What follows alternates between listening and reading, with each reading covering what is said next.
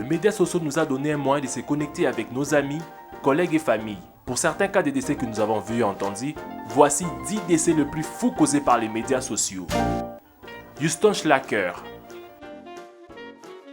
Il est fréquent que lorsqu'un parent punisse un préadolescent ou un adolescent, il leur prive d'accès aux médias sociaux. La plupart des porteurs de la peine vont bouder et peut-être piquer une crise. Mais Houston Schlacker a pris les choses à un niveau complètement différent. Quand il a tiré sur son père en réplique d'avoir perdu ses privilèges sur MySpace, il est maintenant en train de faire 20 ans de prison, ou en d'autres termes, 20 ans sans ses médias sociaux qui a coûté la vie de son père. Tory Lynn Emery. Tony Lynn Emery s'est battu avec Daniel sur Facebook à cause d'un mec. La plupart d'entre nous garderont ces pareils conflits sur Facebook et ne voudront pas que ça continue dans notre vie réelle. Mais quand Tory a vu Daniel dans une voiture que conduisait Alicia Abertani, Tony cogna cette voiture par plusieurs reprises, qui poussa Alicia de brûler le feu rouge et d'être frappé par une autre voiture qui l'amena à la mort. Richard Rovetto. L'époque de Facebook était en quelque sorte une caractéristique le plus populaire sur ces sites. Richard Rovetto a commis l'erreur d'un clic qui lui coûta sa vie. Il a commencé à poker la petite amie de Scott, mais il n'avait pas réalisé qu'elle était déjà prise. Alors, quand Rovetto a été confronté avec Scott dans la vraie vie, il a été frappé des poings à plusieurs reprises jusqu'à ce qu'il tombe, frappant sa tête sur le trottoir jusqu'à la mort. Scott a été condamné, coupable d'homicide involontaire pour 4 ans de prison ferme. Jamek Blake. Jamek Blake s'est battu sur Twitter avec son ami Quam Dancy parce que les deux étaient intéressés par une même fille. Les deux hommes ont décidé qu'ils allaient garder leurs différences sur Twitter et il serait supposé qu'ils les garderaient sur les médias sociaux. Cela n'a pas été tout à fait le cas. Lorsque Jamek a rencontré Quam en personne, il a décidé de lui tirer dessus et immédiatement il est allé sur Twitter et a tweeté RIP Quam. Quelle idée fou! Adam Mann. Après qu'Elisa Beverly, l'ex-femme d'Adam Mann, l'a appelé sur Facebook en 2009 à plusieurs reprises pour ne pas avoir payé la pension alimentaire, il en a eu assez et il est allé à sa résidence et l'a battu à mort avec un marteau. Cela ne suffisait pas pour lui. Il a laissé son corps pour que leur fils de 5 ans puisse le voir. Le garçon a appelé ses grands-parents qui alerta les autorités. L'homme est actuellement en prison. Et heureusement qu'il ne va pas sortir si tôt. Rachel Wade.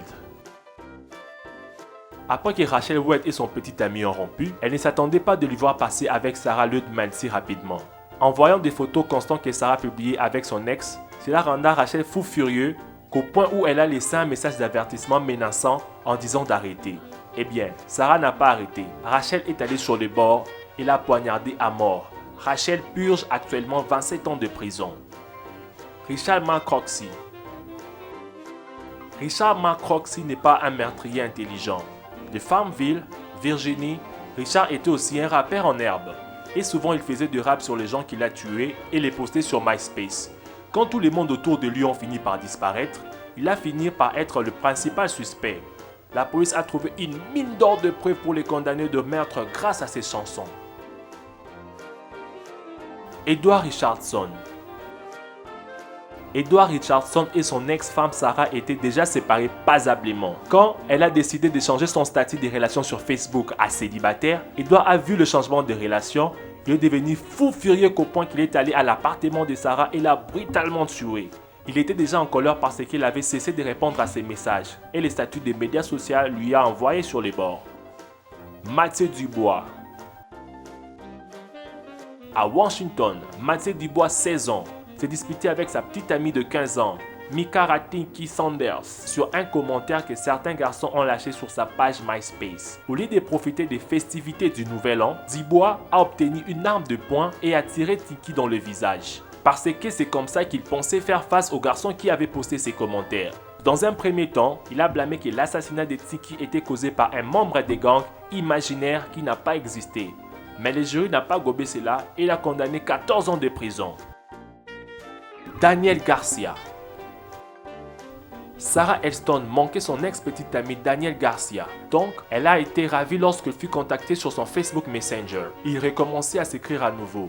Et Sarah espérait peut-être de se remettre ensemble. Mais Daniel avait des plans plus sombres. Le corps de Sarah a été retrouvé mort et mutilé après leur rencontre. Il y avait de bruit venant de l'appartement de Sarah, mais les voisins disent que le bruit était normal, ignorant que Daniel prenait sa vie.